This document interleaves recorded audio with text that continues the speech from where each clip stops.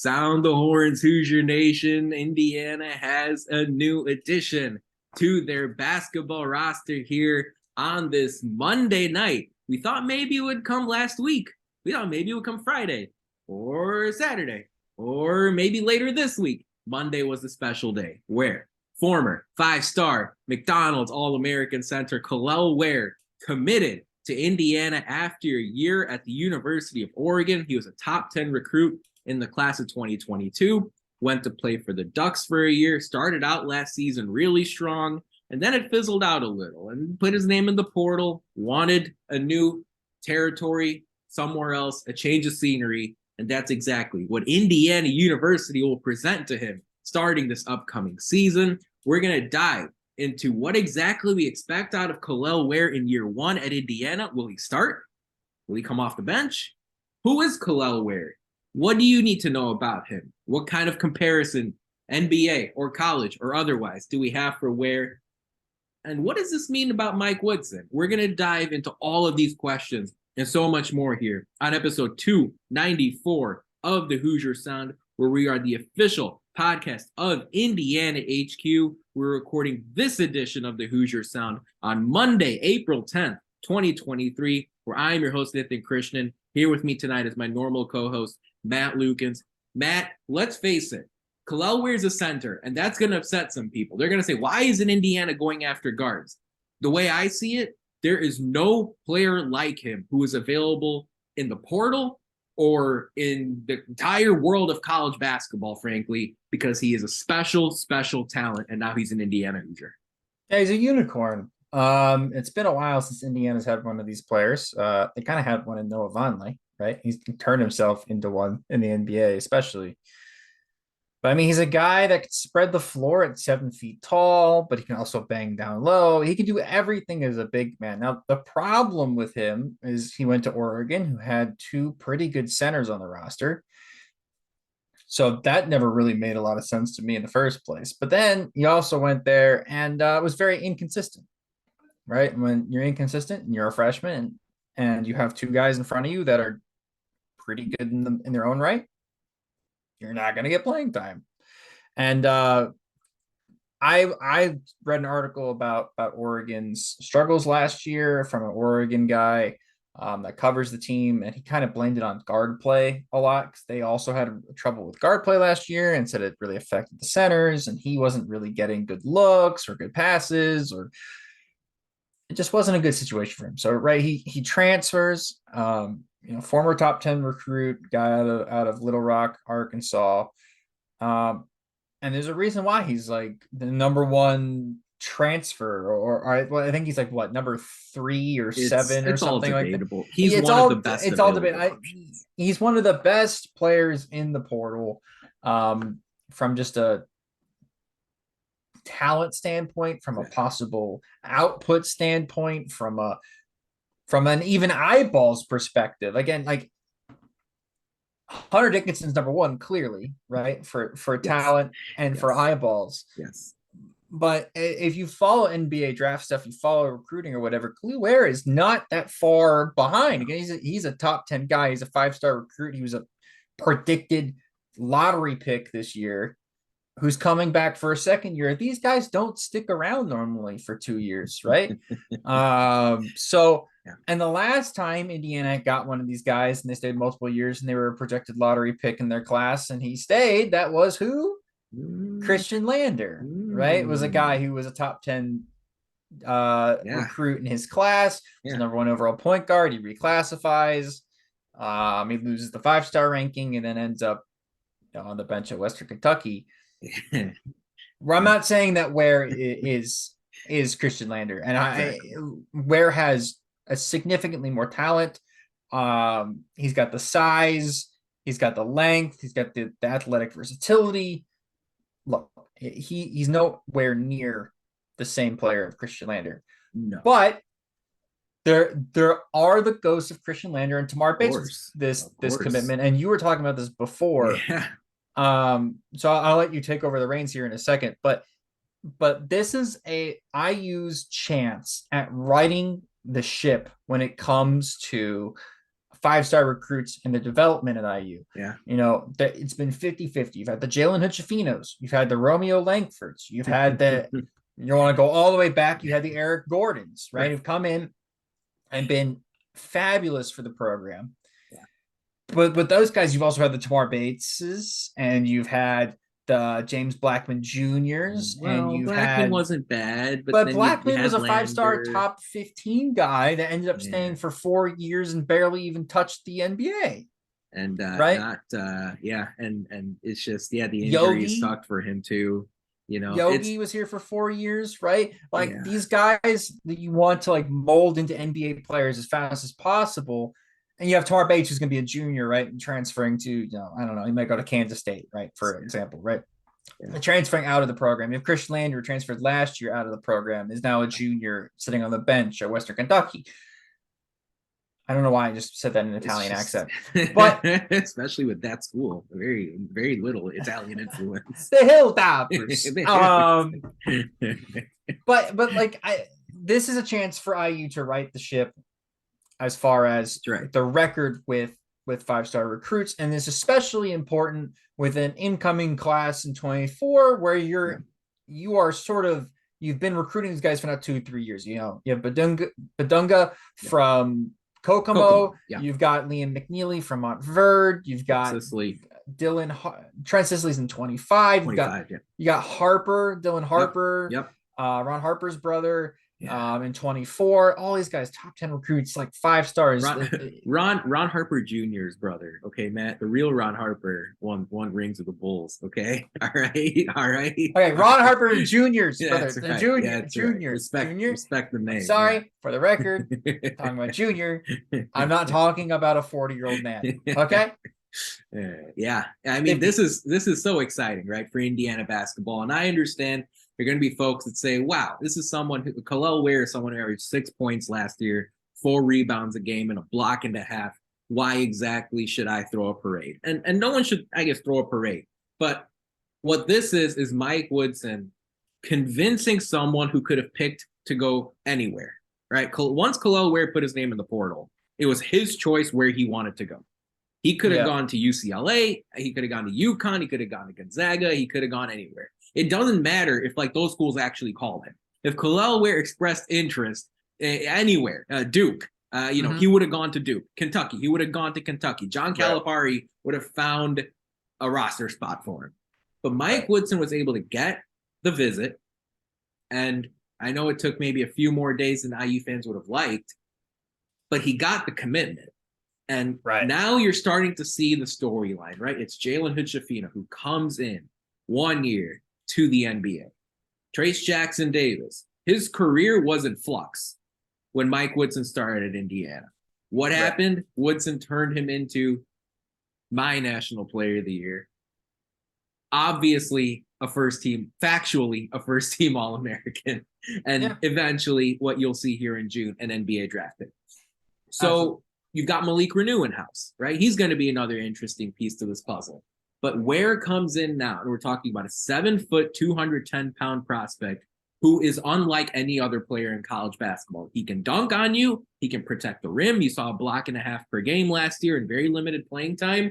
And then he can also drain threes in your face. Now, 27% last year. Again, nothing to throw a parade, nothing to throw a party about. But you see someone who's willing to play in that pick and pop role. You're seeing someone who can play a pick and roll type of offense. You can see someone who is trusting Mike Woodson now to take him to that next level. Now, Ware, had he committed to Indiana out of high school, would have been the 3rd best prospect in Indiana basketball history. Yep. Just let that sink in. Let that sink in for a second, guys. It's Eric Gordon, and we're talking about, I'm blanking on the second. Romeo Langford. And then it's Kel'el Ware before we get to Noah Vonleh and Cody Zeller. That's it. It's a good group of guys. So can Mike Woodson recruit? Well, here you go. Ware, again, a 7-foot, 210-pound prospect out of North Little Rock, Arkansas. Oregon had a very disappointing season last year overall, 21-15. Again, if you're an established coach like Dana Altman and you missed the NCAA tournament, it's not a good look. Ware said, all right, here, let me put my name into the portal and explore other options. it's exciting. Mike Woodson lands him from the portal. Again, he used to be a McDonald's All-American in Kel'el Ware. And now the question that really hit me like a ton of bricks earlier tonight, Matt. This isn't Indiana being desperate. All right. No. If Kel'el Ware wanted to go somewhere else, Indiana would have just taken the next best guy. Indiana was involved with Caden Shedrick. Indiana was involved with Marshall center Han Loken, who went to Florida earlier today. Indiana would have just gone to the next best guy. The $1 million question to me, again, this hit me like a ton of bricks earlier today. Who needs who more in the situation? Do you think Kel'el Ware needs Indiana to turn Kel'el into an NBA draft pick, into a successful future in the NBA? Or is it the other way around, which I think most people would say Indiana needs Kel'el Ware if they want to get to the second weekend of the NCAA tournament or make a Final Four run, which right before Ware's commitment would have been a crazy comment to make. But all of a sudden now you're saying, okay, what exactly can this team do? Who do you think needs who more here? Does Ware need Indiana or does Indiana need Ware? Indiana needs Ware. You can say to a certain extent he needs Mike Woodson. But Indiana needs Ware. They need a guy like him to help elevate the program. You've had a Trace Jackson Davis, who's a school legend, but he's a piece that is kind of hard to build around, if I'm going to be honest. And Trace is a fantastic player, but also very limited in very aspects of play. Ware is so interchangeable, so dynamic. He can play so many different ways that it's actually confusing to a lot of Hoosier fans. So I'm trying to explain that he's going to play the 5, but he'll probably split minutes with Renew and all these other guys because and we'll talk about other possible transfers in a bit. But playing these minutes, and I'm like, look, he can do so many different things on offense.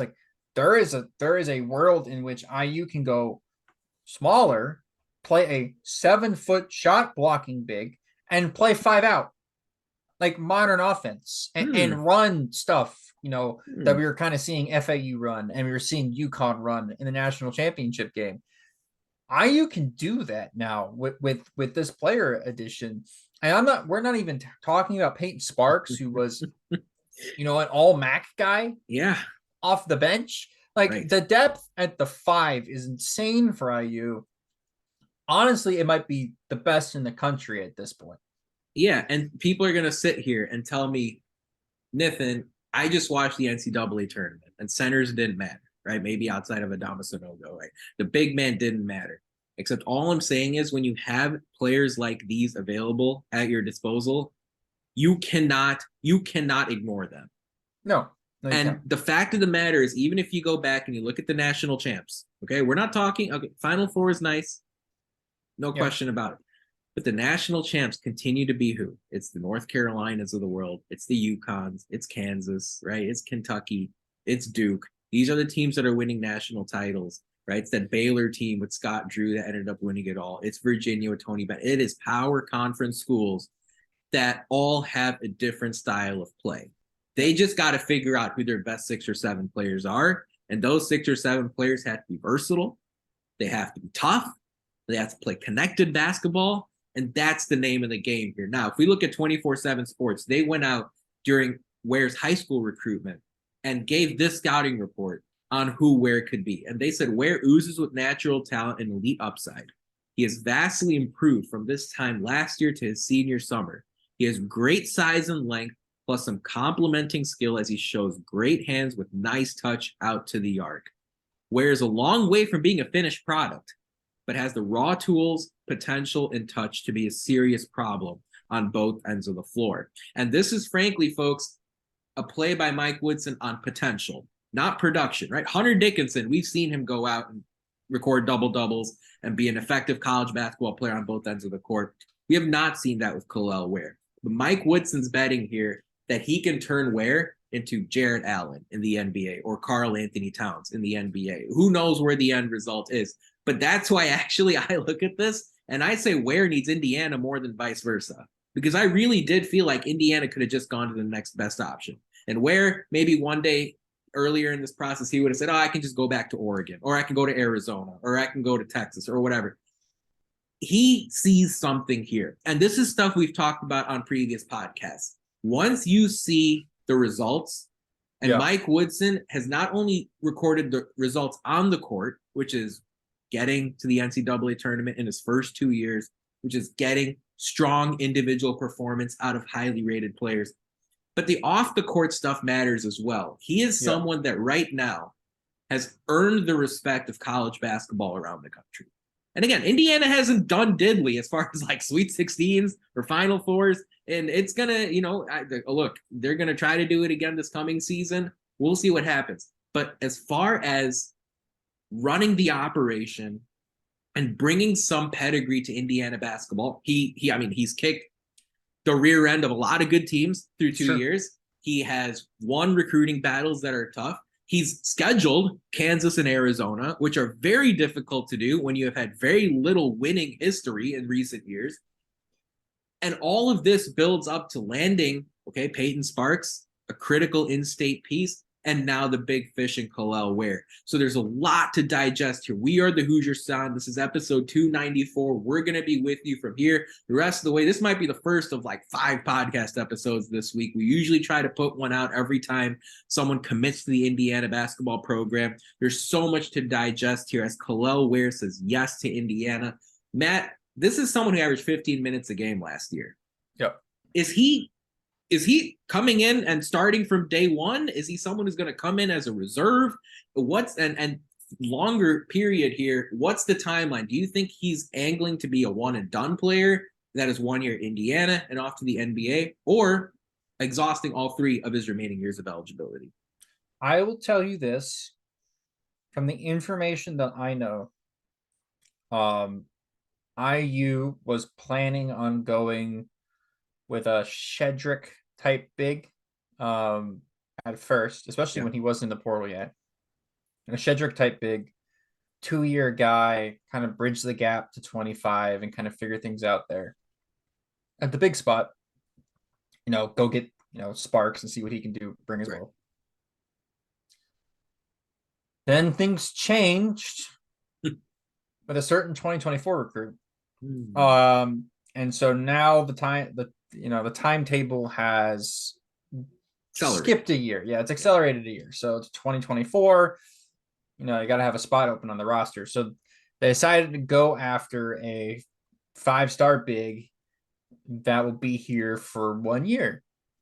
And Kel'el Ware is perfect for that. I think he's also perfect for the fact that he brings some floor spacing. He brings a lot of promise. And honestly, he's just going to be a fun player to watch. Starter right away from day one. Absolute book it, 100% starter. I would honestly be astonished if he didn't start. Because I feel like, again, to get him in against the other schools, you're gonna have to promise him some things. Being a starter is probably one of those things. And honestly, if he's not starting at IU's got problems. So, I like him as a starter. I think he brings a lot to the team on both ends of the court. I think he's never going to fill Trace Jackson Davis's shoes. No, but for a variety of reasons, right? I think absolutely part of the Trace Jackson Davis story is the adversity in the first 2-3 years. Oh yeah. Like I probably wouldn't want to wish that on any other 5-star to come through campus, which is like you missed the NCAA tournament and you get a pandemic hit over your head, halfway through your career. I mean, Trace probably had about as hard as it's just any IU player has. Unrepeatable story. I mean, it basically there hasn't been a story like this at IU since like World War II. Yeah, right. Exactly. Literally. Yeah. Right. Since the Second World War, has there been a player that's gone through so much adversity that's been out of his hands? So yeah, I mean, it's impossible to fill in those shoes, but he can bring in the similar shot blocking, I think, consistency, and I think he can shot block without a conscience this year, because if he has off nights where he gets in foul trouble early, Indiana has enough depth now, because the 3 people that can play the 5 are now, you've got starting is Ware, I'm assuming Renew either Yeah. starts or is the sixth man off the bench. I would Um, I would have to can play think 4 Renew and 5. starting. I I would mean, be shocked if he everybody's didn't. saying that, but I can't see. We'll talk about this in a minute, but I can't see Yeah. Ledlum playing the 3. He's just Hmm. not. He's not a 3. He's a Okay. 4. All Like right. so I Can can't see Ledlum come him. off the bench? I don't know. That's what I'm saying. Is like if you Yeah. could Yeah. sell him on coming off the bench, that would be awesome. And it would make a ton of sense for me, from a basketball perspective. But yeah, so Renew's starting at the 4 probably, but then could play some minutes at the 5. You could see a lineup of Renew at the 5 and Ledlam at the 4, and you Sure. can also see Sparks at the 5. He's solely a Yeah. 5, but at the 5 giving minutes there. So again, like your third big is Peyton Sparks. Like, Well, come on. and I said this before with Peyton Sparks' commitment. For those that think, oh, the NCAA tournament is all about the backcourt. Well, you have to get to the NCAA tournament, right? And you Yeah. have, in order to get there, you have to have a really good seed in March Madness so that you get a comfortable, favorable path in the tournament. Well, how do Yeah. you do that? By winning games in the freaking Big Ten. And in order to win games in the Big Ten, it's not great news in general, but in order to win games in the Big Ten, you need physical, tough, thick, muscular bigs on the court. And I know a lot of people love more free flowing basketball. They're sick and tired of Matt Painter churning out elite center after elite center after elite center, or sick and tired of seeing Wisconsin churn them out or Michigan churn them out or whatever. I mean, Michigan's going to lose one that Maryland's going to pick up here in a day or two, right, with Hunter Dickinson, Yeah. barring a surprise. So, the way it is, it is this trajectory where the non-conference, you figure out who you are. In conference play, I don't care how many guards. I don't care, if you want to play like Miami, okay? But the truth of the matter is, if Indiana tries to play like Miami in the Big Ten season, you're going to lose at least half your games Yeah.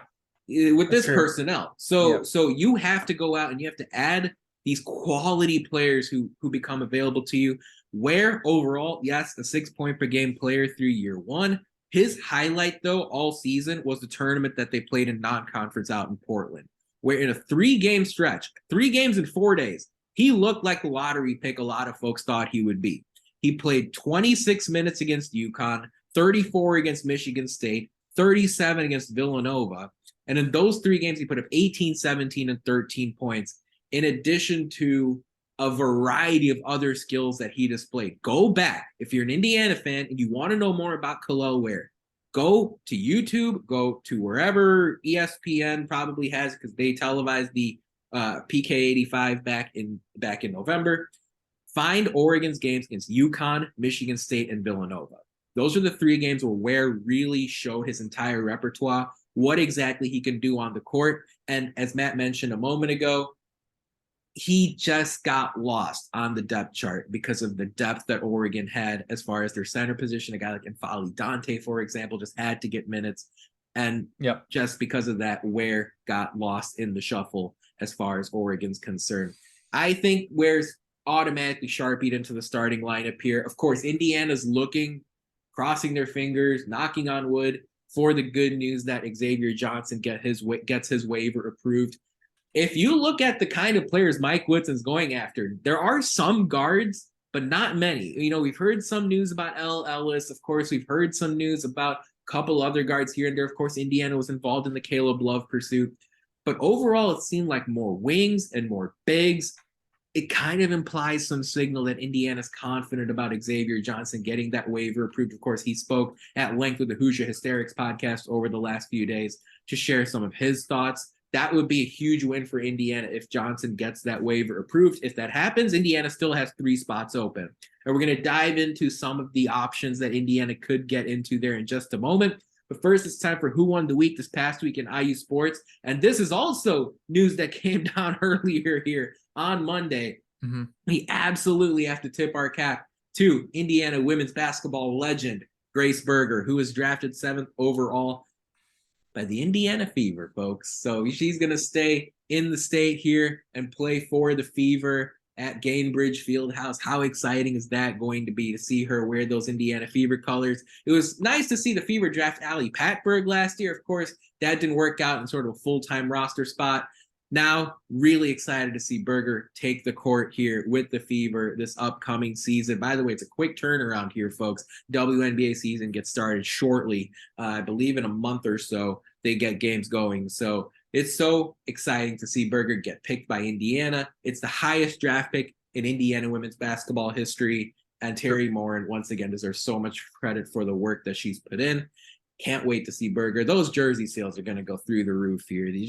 Grace Berger is going to end up having, I know there are a lot of quality players in the WNBA, but I would not be surprised knowing IU fans that Berger's name is right at the top of the jersey sales here over the course of the next year. So shout out Grace Berger. Wonderful to see her get that congratulatory appreciation for her career at Indiana and now dressing for the Fever in the WNBA. Folks, if you'd like to subscribe to our podcast for free, all you have to do is search for the Hoosier Sound or wherever you listen to podcasts. Stay up to date with all of our information by following us on Twitter at Indiana HQ and at the Hoosier Sound. If you enjoy our show, this part is important. Leave us a review, tell a friend, share our links. That kind of support really helps us grow this podcast and reach more passionate IU fans such as yourself. So, Matt, as we just talked about, 3 roster spots open, assuming Johnson gets his waiver approved. 4 if he gets the waiver denied. This is like a broader conversation here, just about Indiana's roster construction, your thoughts on the work that Mike Woodson has done so far, adding Sparks and now Ware. What needs to be done still? Because Indiana still has largely a pretty blank slate to work with. The easy answer is saying that I love the 2 additions. Don't get me wrong. Like, again, you lose Logan Duncombe to the portal. You lose Trey Jackson-Davis to the draft. You needed to add 2 bigs. Yep. They went and added, I think. Geronimo gone too. And Geronimo gone as well. Well, I'll get to that in a second. You need to add 2 bigs for the bigs that you lost. Okay. You can't go into the next season with Malik Renew being. Did you say race? Guy. I didn't even mention race. Okay. I didn't even mention race yet either. Look, just 5s. The 5s that you lost, you needed to replace them. They replaced them with, I think, the best possible players they could have replaced them for the minutes that they played. Like, for instance, I think Sparks is going to play significantly more minutes than Duncombe played at all over his Hoosier career, right? So again, you're losing Duncombe and you're adding a guy that will actually give you decent minutes at the 3rd big. It's not even comparable. So again, I think the 5 position is better than it was last year, which isn't from an overall perspective, which is insane because you had one of the best players to possibly ever play for Indiana at the 5 last year at the big spot. But I do think it's deeper. It's more dynamic this year. You have more options. You have 2 guys that can spread the floor now, or theoretically can spread the floor. And then you have just a super freak as your 3rd big man. It's nice. Nice. Yeah, not bad at all. I was like, as far as what I like them to add to the roster, I think there's some obvious glaring weakness, right? You lose Jalen Hood-Schifino. You need somebody that can go and be that secondary ball handler. Yes. And that guy, you almost need to find somebody that can replace both Jalen Hood-Schifino and Miller Kopp. That's what you need to do. Yeah. There are a very few people in college basketball that could be able to do that. Now, the good news for that is they have been mentioned with somebody that I do think can do that, and that is Dalton Knecht out of Northern Colorado. NoCo. Yeah. NoCo. Northern Colorado. I don't know if I mentioned this on here. I don't think I did, but I did his splits against high level competition last year. So I went through and found 4 games from him when he played high level competition. He struggled. I think he had 7 points against Houston on like 3 of 10 shooting. But to be fair, he had 7 points. His team had 30 total. I was going to say everyone has 7 points against Houston. Yeah. So I'm not really reading too much into that. Again, there's only so much you can do against a team that's supposed to win the national title alone. On that Northern Colorado team, they played Baylor. He had 11 on, I believe it was 4 of 7 shooting, including like 2 of 4 from 3, which was pretty nice. And then, I mean, absolute monster games against New Mexico and Colorado, where I believe he scored like 25 plus in both those games on like something like 10 of 19 shooting and above 50% from 3 in both those games. Well, and you just mentioned, just real quick, one thought, just those 4 games. I mean, imagine going into a game as Northern Colorado. Okay, again, no one's expecting them to win their Big Sky Conference race. Okay, I mean, there were better teams in that league than them. And Kelvin Sampson is game planning against your team with you as the focal point, right? You know, Scott Drew is doing the same thing. Yeah, good luck. Good luck, Dalton Knecht. Yeah, and he didn't even play bad in the Baylor game, to be honest. That was not his fault. Again, his team basically got ran off the court in both those games. Most mid-major teams were going to get ran off the court in both those games. Both those teams were so good last year and ended up faltering the tournament, right, for various reasons. Houston, I think you can probably blame it on health and Kelvin Sampson's a little incompetence. And then for Baylor, right, they just didn't have it. They ran into Creighton. They just didn't have it. Creighton was on that night. It's whatever. That's the tournament, right? But again, those 2 of the toughest teams you could possibly play in college basketball. The games that mattered for me was New Mexico is a team with Richard Pitino, who has a good coach. They were a hot team. I think they were supposed to win their conference. They were one of the best teams down there. They always are super, super, super competitive. He went and cooked them. And then also he goes to Colorado, Power 5 school, game planning again against him solely because he's the guy for Northern Colorado at that point. Exactly. Drops 30, right? So he's the real deal from an offense perspective. Now, defensively, he's mid, but I think you've seen... That's the Mike Woodson effect. That's what I was about to say. I think you've seen Mike Woodson take guys like this, bring them in to have an offensive skill set and be able to get the most out of them defensively. Like Miller Kopp killed me at times last year defensively, like watching him play. Made some interesting decisions at times. But he was actually an above average defender for most of last year. And that was not something that could have been said about him when he was at Northwestern. There you go. Right. And so that was something that Mike Woodson molded into him over 2 years at IU. I'm hoping that, again, Knecht is 6'6", and he can play the 2 and the 3. He can play multiple positions. He can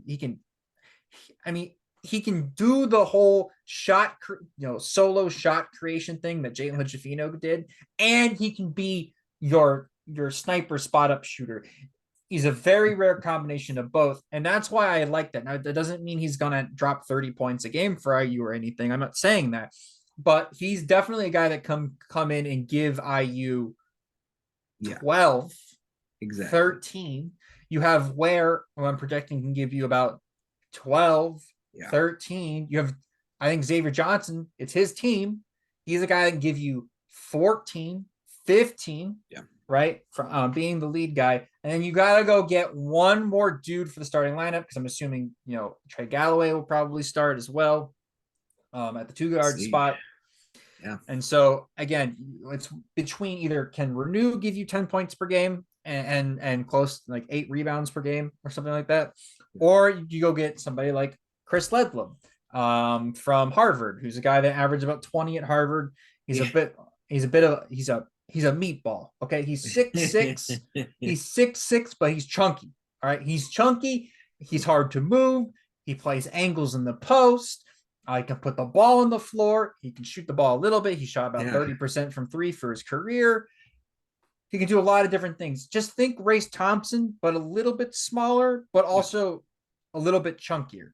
Right, like more skilled, like just offensively more skilled. Oh yeah. He can do a lot more on offense than Race could, and he's not the super athlete that Race was on the defensive. Somehow managed 9 boards a game, like multiple seasons of like 8-9 rebounds a game. There, that's what I'm saying.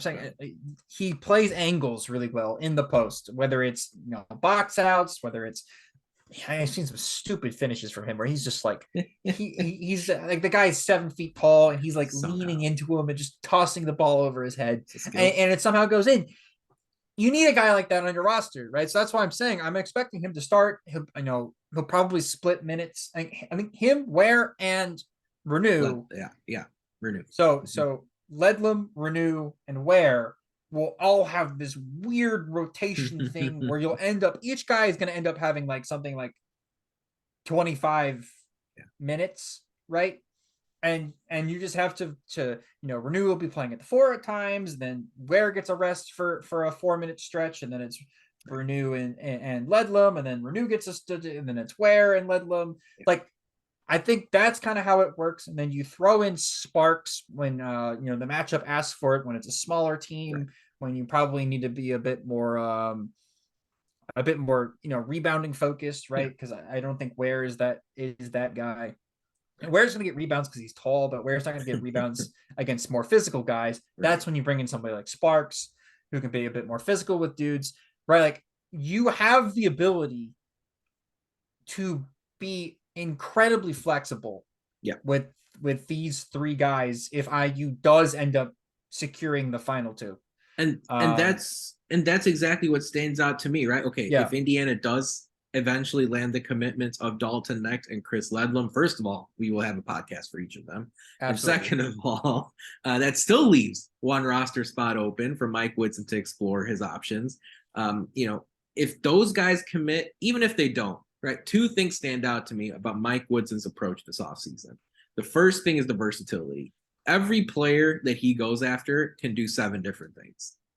And long gone are the days where Indiana has a pass first facilitating point guard like Indiana had with Rob Finney, for example, right? Okay, Rob Finney had a defensive component to him for sure. But we all knew what his core role was as far as the offense was concerned. We obviously just watched 4 years of Trayce Jackson-Davis, but we all knew his limitations. We knew what Trayce Jackson-Davis could not do.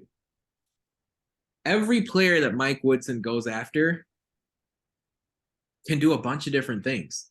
And with Peyton Sparks, it's the ability to draw fouls, and it's the ability to rebound and score, and it's pass the basketball. And by the way, hit a jumper occasionally when it's given to him, which, again, Trayce Jackson-Davis did not do. With Kel'el Ware, what are you seeing, right? Rim protection, finishing plays at the rim on the offensive side. The 3-point shot is there as a pick and pop option. His passing really stood out, if you asked me, as the year went on. Even though his playing time diminished, I thought he actually improved in his passing game as the season went on in his first year at Oregon. And this is the same thread that you're seeing with Dalton Knecht, you're seeing with Chris Ledlam, and a number of other targets Indiana went after, or at least made a phone call to as far as the transfer portal was concerned. Indiana's casting a wide net, but as far as the prospects that they're really pushing forward on, it is these players who are capable of doing multiple different things, guarding multiple positions on the perimeter, also playing the role of different positions in the offense for the Indiana perspective. So that's one thing that stood out. The other thing that stood out to me is that these are all longer-term projects. Mike Woodson is not going after that many grad transfers. And I actually was a little surprised by that. Well, I think Ledlam is a grad transfer. And what's interesting is, like, okay, Ledlam is one example. I actually want to double check that. I believe he's played 3 years. Harvard has, the Ivy League has weird scholarship rules. We'll double check that here before we wrap. But let's take Ledlam out of the conversation. Everyone else, largely, there are a couple of exceptions here and there, but almost everyone that Mike Woodson is going after is a player that he can bring in and he can mold and he can improve, and a player that Woodson sees potential in. And there's one thing in basketball that I think is vastly underrated, whether it's the NBA, whether it's college basketball, you name it. Coaches and executives in the NBA or the coaching staff and the athletic director, to the extent they get involved in college basketball, you have to have a vision for the players that you're bringing in. You can't just go out and add the best player available. You can't just go out and recruit the 5 stars. This is what we just saw in the NCAA tournament. To me, the storyline out of March Madness was not guard play. That was a key part of it. There's no question. There's no debating. I'm not saying guards are unimportant. They absolutely are. But the one common theme between Dusty May and with Brian Dutcher at San Diego State and with Hurley at UConn, right? All of them, and of course, Jim Larinaga, one of the legends. All 4 of those coaches had a clear vision for what every single key player on that team was going to be for that program, right? And Nigel Pack, right? He's a 1-year transfer. Larinaga said, look, I know exactly what you're going to be here. Isaiah Wong, longer-term player on Miami, but Larinaga still knew, okay, this is what I'm going to get out of you. Nor Chad O'Meara, hey, man, you may not score 20 points a game, but you're going to be the leading rebounder in the entire NCAA tournament, right? These are critical. The margins in college basketball across the top 75 teams, the margins are smaller than ever. They really are. Okay, the margin between the top team in the country, who was even the top, Bama, Houston, okay? The margin between them and the 75th best team in the country, if Bama played Oregon on a neutral court last season, if Bama played Wisconsin last year on a neutral court, it's probably coming down to the last minute. It probably is, maybe the last few minutes, okay? The margins are so slim, and the way you can really capitalize on that is by bringing in players that you have a vision for. And that's something that's really stood out to me. Mike Woodson's going after longer-term projects. Again, not unanimously. There are some exceptions, but to me, those 2 things have stood out as far as Mike Woodson's recruiting approach. We'll see if it works out. Time will tell. Yes. But, as far as when I'm sitting here today, I generally like the process here. It's also Brian Walsh's birthday, the assistant coach on Indiana staff. And with Kel'el Ware committing, and then of course with Grace Berger getting drafted, not too shabby of a day for Walsh here, as he has a birthday today on April 10th. Matt, we're going to talk a little bit more about what Indiana can do in that last spot, but I always like playing this game whenever someone joins Indiana's basketball team, okay? Again, guys, for those of you who are listening to this is not gospel, okay? Don't write this in Sharpie. But whenever we talk about someone new to Indiana's program, we like to give a little comparison, okay? So, Matt, I know you watch a lot of basketball, college, NBA, you name it. When you look at Kel'el Ware, is there someone that you see Ware can become? Is there similarity between the game of Ware and someone else, whether it's the NBA or college basketball? You say, Kel'el Ware reminds me of that player. Oh, this is such a hard question. Not gospel, guys, not gospel.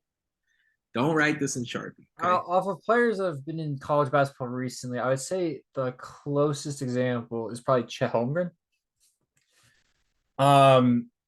Again, they're kind of the same. I think Chet's skinnier. It's a weird comparison, but again, Chet's different. But I like that. I like that thought process. It's like he is that kind of unicorn and that kind of shot blocker, and he has that sort of athleticism, and he's a bit of a freak, and he can spread the floor. And I think like that kind of place, like the play style you will see him play is something very akin to what Chet played at Gonzaga next to Timmy, right? Like you can see that partnership with Renew being kind of like that, where you had Timmy Holmgren and Holmgren being the shot blocking prowess and spreading the floor on offense, and Timmy being down low, and then you have where Renew would be in the Timmy role, and you'd have Ware playing a bit more outside, and they can do a bit more multiple things like that, right? That is kind of how I predicted. He's so interesting to me because he's thicker than him, right. But he's also less agile than Chet at the same time. Like it's that weird, but he has that sort of talent where you look at it and he goes, he's 7 foot, they can do so many multiple different things. You go, God, I mean, there's so many. I mean, like you have. I try not to steal any of yours, but you have Vonleh from IU, Yeah, right? Vonleh is the closest one as far as an Indiana player, if you ask me. Indiana Which player goes, yeah. I don't think that's even fair. I don't think any Indiana Hoosier has ever been Who I like will look this up. Kel'el Ware. I will look this up because I think people are still liking the dang tweet from so long ago. He Your has Instagram. Ant has Lorenzen right. For Yeah, those that yeah. remember, Old school old, comp. old For school those of you, comp, yeah. yeah, that And that I think like that's yeah, probably the best one I've seen, to be honest. I like that a lot. Um, I could see that a he lot. is it's interesting. Like again, he's a very interesting prospect.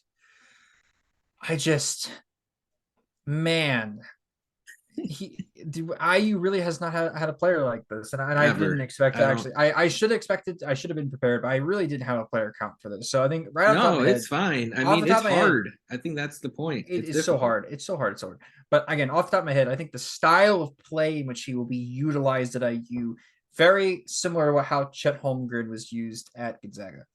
Yeah, and for me, this is not like for like.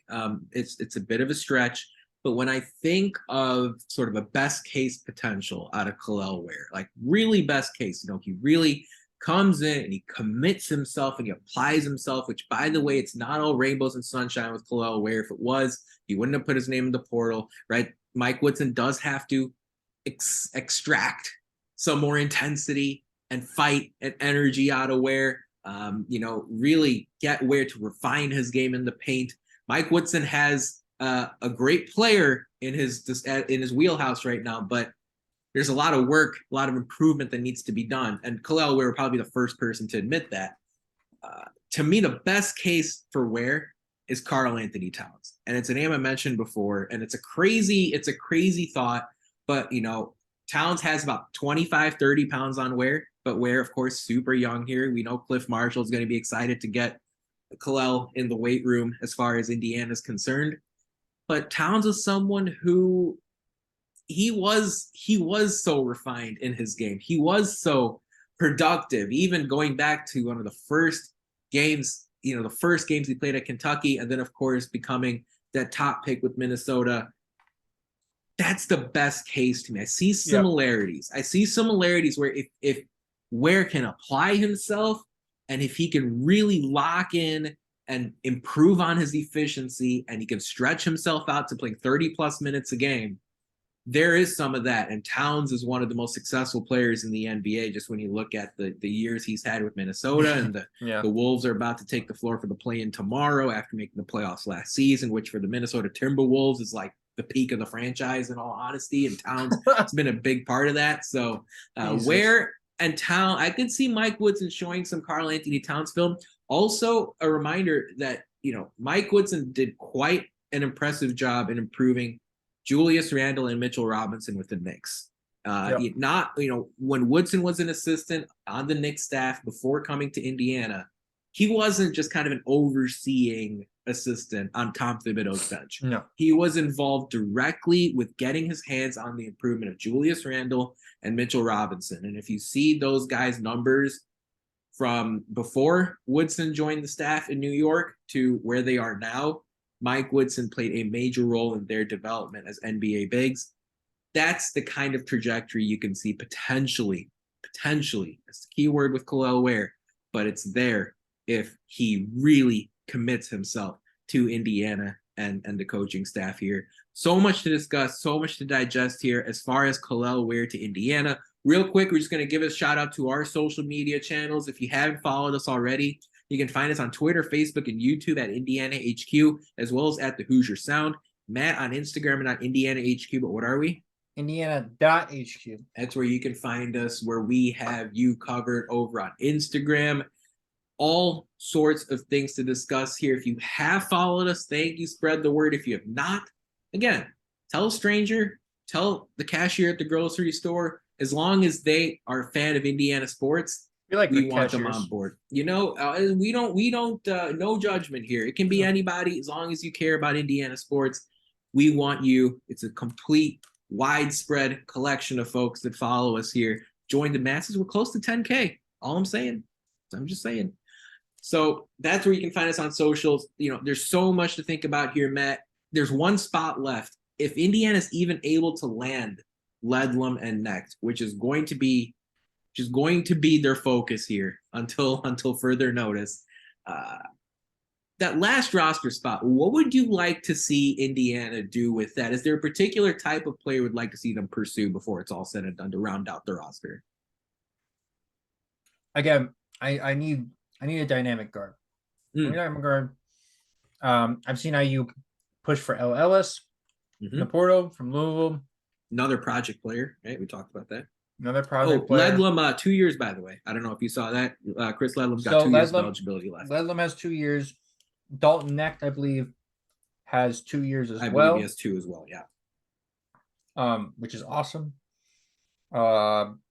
Again, Ware has like 3, but we want him to be out the door after 1, right? Yeah. That means in the good way, right? It means Indiana developed him. Who are the seniors in this class? In like this upcoming senior class for Indiana, this would be the Trey Galloway class, I believe. I have it. Yeah, but they have an extra year because of COVID. A second, you're right. Actually, you are 100% correct. The only senior on Indiana's roster for this upcoming season would be Xavier Johnson if he gets approved. Interesting. Yeah. That's interesting because then you're projecting forward for the roster next year. Mm-hmm. I mean, barring transfers, obviously. You lose Ware, hopefully the NBA. You lose Xavier Johnson to graduation. So you're replacing a center, and you're probably getting what? A point guard? Yeah. And that's it? Yeah. The cycle. It's very interesting. They've been pursuing Liam McNeely. They've been pursuing very heavily. They've been pursuing Dylan Harper. Yep. Neither of those guys, if you know anything about their profiles, are point guards. Yeah. So that's very interesting to me. Yeah. For me, the one spot I would like to see, the one thing I would like to see Indiana take advantage of with this last roster spot, I want to see them go after any kind of player that comes from a very, very successful winning program, right? I'm talking about a player that has gone to the Final Four. I don't know off the top of my head if anyone out of the teams that recently made the Final Four, I don't know if anyone's put their name in the portal. I saw Pettyford out of Kansas just come into East Carolina, I believe. I don't know if you have to go that deep into the mix in the portal to see if there's a player you can add, but someone who's really committed themselves to going deep in the NCAA tournament, because I don't know if all of you recall, but on this podcast I mentioned a few weeks ago, Indiana doesn't have anyone on their staff with college head coaching experience. No one. And to the degree you can add someone who's in their 5th year or their 6th year of college basketball, who can, along with Anthony Leal, seemingly, act as a player coach, that would be something I would be interested in. Because once you get to this final roster spot, like, I don't think that player is going to get into the conversation of like Big Ten Player of the Year. So I'm looking for the different angles here that you can take advantage of. What I'm also looking forward to, is seeing Indiana, especially now after the Empire Classic berth has been announced. I'm looking forward to seeing Indiana, work through some stuff in the non-conference, right? You're going to be in a tournament with UConn. You're going to be in a tournament with Texas, I believe was the other team in there outside of Louisville. It's not going to be easy. Okay. You're probably going to take a couple L's on the chin, but that's okay. Right. You don't have the Big Ten ACC challenge anymore. You might have a Gavitt Games matchup in here.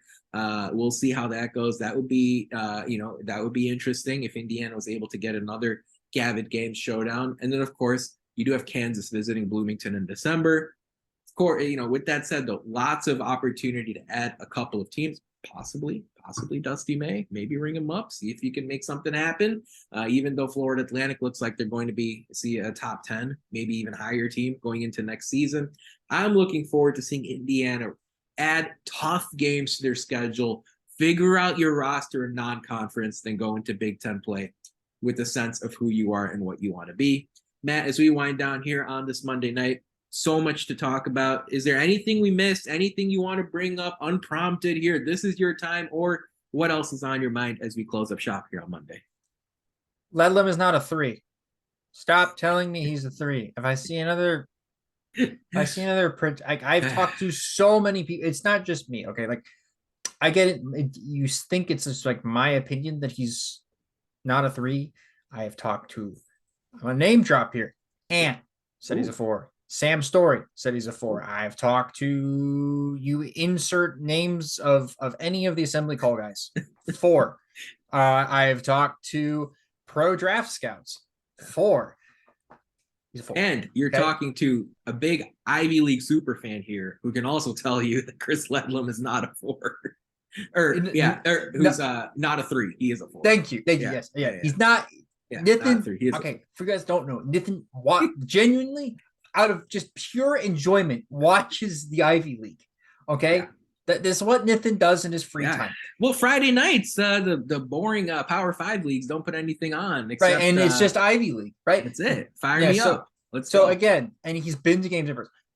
Partying? Who does that?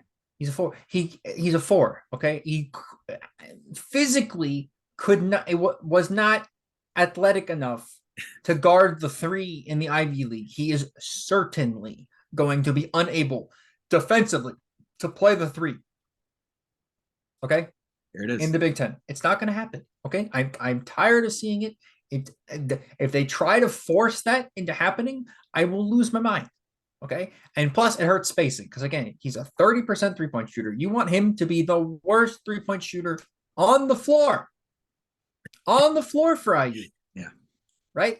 And again, if you want to put him on the floor with Kel'el Ware, who's a 29% three-point shooter, right? He will improve. And you want to put him on the floor with Malik Renew, who's like, what? I think he shot like 50% from 3, but that's a lie. He shot like 10 threes. So, or not even that. I think he shot like 6. So it didn't, that number doesn't even count. Okay. So again, you want him to be the worst 3-point shooter on the floor for IU, especially if you want to do the sort of inside out offense or out, 5 out. Yeah. 5 out offense that IU wants to run next year. Hopefully, please, modern offense that I'm hoping for. You're not playing with Lily. Stop it. You're in my mentions. I have people telling me I'm wrong. Mentions. I get that. Like I'm only saying this so confidently because I have heard this from like so many different sources. It's like credible sources. Again, I just name dropped a bunch of them. I can name drop more, but it would take another 15 minutes of the podcast. I have talked to. He's a 4. Okay, he's a 4. That's what he's being recruited to play at Michigan. That is what he's being recruited to play at Tennessee. Okay, that is what he's being recruited to play. In light of Jordan Geronimo moving on, right? I mean, exactly, and that is who he's replacing, right? If you look at the roster, he's not Cop. He's not replacing Cop. He never was replacing Cop. I get he's 6'6", but he's 6'6" and chunky and can jump, so he can do a lot of different things, right? He's 9 rebounds a game. There you go. He's a 4. He's not a 3. He's a 4. I get basketball's positionless. I understand this. We are getting a player that literally is the epitome of basketball being positionless. Okay, he's a unicorn, and he's not the Evan Fitzner kind of unicorn. No. Why? Why did you have? I have to bring him up once a week. We were doing so well. I had to bring him up once a week. Yeah, just for your reaction. We started with Christian Lander and ended with Evan Fitzner. That's how we roll. Hey, look, IU has gone through some rough times with some talented players. Yeah. To be fair, that's gonna be what I'm talking about in a sec. Yeah. To be fair, only one of those guys played for Woodson. True. One of those guys didn't. Or I'm sorry, one of those. Yeah, it's 1 for 2, right? It's Bates and it's Shafino. And one's been a win and one hasn't. And for Woodson, one's been when. And honestly, you can say Trace. You can include Trace as a W for Woodson. So 2 out of 3. Trace has been a dub for Woodson. I'm trying to think anybody else in the roster. Renew is TBD. Renew is TBD. I mean, it's just. I think Renew will be a dub eventually. Renew's gonna be a dub eventually. 1 year. It's just we'll see. Yeah. Not Renew's gonna be a dub for it. But anyways, to finish he's not a 3. Yeah. He's a 4. Okay, he's a big man. He's a guy that likes to rebound. He's a guy that likes to work his way into the post and get around the basket. He's not a perimeter player. He can play. He can do a little bit of stuff on the perimeter, which is nice. Which is more than Race Thompson. But I know you guys just think, oh, either he stands in the corner or he posts up. That's a 4. No, he can do a little bit more at that spot. That's fun. And Michigan, by the way, got a fun 4. They have what's his name from Seton Hall? Oh, Trey Jackson. Is that Trey Jackson. Yeah. He's fun. Yeah. He's a 4 that's going to play for them next year. 6'11", puts the ball on the floor, can dribble, can shoot threes. Mm-hmm.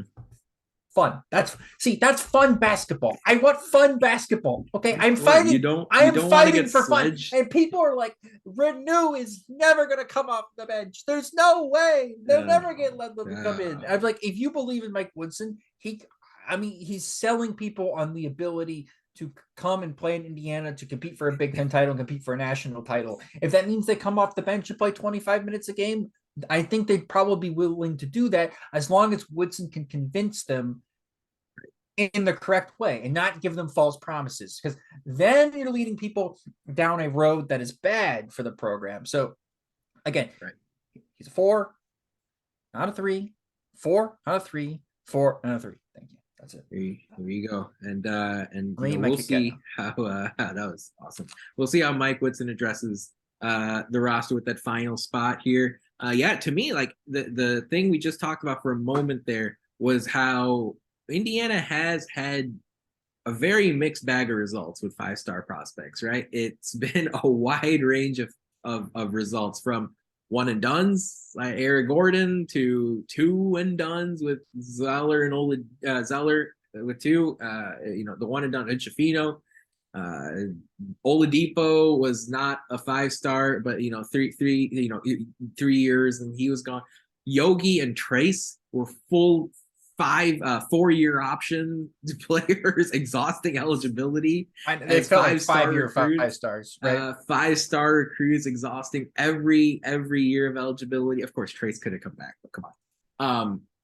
It's been a wide range of results, and then we talk about Tamar Bates and Christian Lander. So with Kel'el Ware, you're banking on what you've banked on with every one of those players before. And by the way, Noah Vonleh also one and done, right? So what you're banking on is someone who comes in and you have a vision for this player and you say, okay, in a year, this is where I want your game to be at. And then in a year, we can discuss whether or not you want to move on to the next level. I don't know what those conversations are behind the scenes. We're here at Indiana HQ. We're going to be scouring for any quote, any comment from Mike Woodson. He did release a statement after Peyton Sparks signed with Indiana. So we'll see if Woodson does release that quote. He doesn't have to, but he did after Sparks. So hopefully he'll do the same after Kel'el Ware signs with the Hoosiers. And then the other thing I wanted to bring up before we wrap up here is this is a real next level home run evolution chance for Indiana's men's basketball program. Mm-hmm. I mean, they've this entire program, Scott Dolson down to the last walk-on, this whole program's done a lot of work to get rid of those NIT scars and the missing the tournament scars from the Archie Miller era, to making the tournament twice and winning some critical games in the Big Ten and getting a top 4 spot in the conference and building a proper vibe, a proper culture around the program. If Kel'el Ware works out, where we're talking about Kel'el Ware as a first-team all-conference player, Big Ten player of the year, named to an All-American team, resulting in selection in the first round of the 24 NBA draft, all of a sudden you can see Indiana potentially turn into what Kentucky was in the 2010s, or what Duke was in the 2010s. One of those programs that basically gets their pick of the litter on who they want to join the program. And that doesn't mean you go after 5 stars. That's not what it means. But you get your choice, right? Mike Woodson says, I want the best corner 3-point shooter who is between 6'5" and 6'8". He's able to just have a conversation in the back rooms of Assembly Hall or Cook Hall and put a list together of 2 or 3 players, call them, offer them, one of them will land on your roster. Yeah. This is the kind of thing that Indiana can elevate to if Kel'el Ware works out. Oregon's a good basketball program. Dana Altman's a good basketball coach. If Mike Woodson can turn Kel'el Ware around after Dana Altman couldn't get to him, that's a gigantic win for Woodson and the program. And whoever takes over after Woodson leaves will be starting with a very, very, very solid foundation. And that's exactly how you build a team that contends for national championships on a regular basis. So Kel'el Ware, if it doesn't work out, it's not really the end of the world. But if it does, Indiana could vault themselves into the upper echelon of college basketball pretty quickly. So if you're not excited about this addition, you should be, and you probably will when Ware goes for 20 in his first game. Nathan, this is a swing for the fences from the It is, and if you strike out in baseball, if you strike out, you strike out. But if you homer, you're the superhero, you know. But yeah, here's the thing though. It's a swing for the fences, and you're a left-handed batter in Yankee Stadium with a metal bat. Okay, this is what you have. That's the level of talent you're working with. Okay, and the playing field that you have. Like again, the league has lost so many bigs. You know, you just look up and down the rosters, right? I know. They've lost so much talent over the last couple of years from the big spot. Speaking of ones in the portal. Kofi Coburn, see you later. Hunter Dickinson. Goodbye. Well, Maryland, but whatever.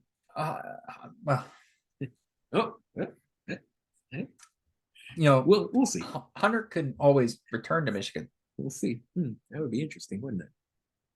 Never mind. I mean, the Luka Garzas, the Kofi Coburns, Travion Williams. Of the past, they've lost a lot of it. Luka Garza. There's not a ton left. I mean, the only bigs that you really have to compete against are Edie and Julian Reese as of now, and Rabracha, right? Like, of yesteryears in the Big Ten, we're talking like there's four. Put four bigs in the all. Remember, it was the year we put four bigs in the all Big Ten team, right? That's not okay. That's not it. So you're coming into the league. You can make that position not your own, but you can share that position with Edie and Reese and be that third best guy, and be on a team where you have a lead guard and Xavier Johnson, and you maybe have a guy and Dalton Knecht that comes in and gives you 15, 14 points a game. Like, there it is. You can have this dynamic, balanced team that plays multiple different ways and can attack you in multiple different ways, and depending on the matchup can play different players, and is older. This team will be older next year. Again, remember last year you're playing a true freshman, right? And Jalen Hood-Schifino. Exactly. You're starting 3 seniors, but then your rotation again renews a true freshman. You have some sophomores that barely played. In Tamar Bates or whatever, and you're bringing in now guys. There's so many wild cards. I think that was the thing. Basically, the only true freshman that will play next year, in my opinion, is Gabe Cupps. Yeah, I agree. For obvious reasons, because he's the only other guy that can play true point guard on the roster. And then you're looking at, you bring in the transfers, right? That means one of either senior from the Ivy League in Ledlam comes off the bench. 2 years left, with 2 years left, comes off the bench. Or you have a sophomore, Malik Renew, off the bench. Yep. You have, is Trey Galloway starting? Okay, but Trey Galloway could also not be starting, come off the bench. He's a junior. Coming off the bench. You've got Peyton Sparks, junior, coming off the bench. You've got I'm trying to think who else. CJ Gunn, sophomore, off the bench. Banks, can't forget Caleb Banks, sophomore, off the bench. Yeah. I mean, again, all of these guys are.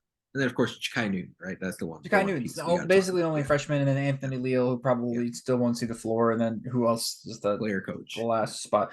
But again, IU is going to be deeper next year. I think, I'm not trying to make a rotation here. I'm like, there's 11 people that can play. Well, I think we don't even know if Ledlam and Nectar are coming through, right? We got to wait until that's.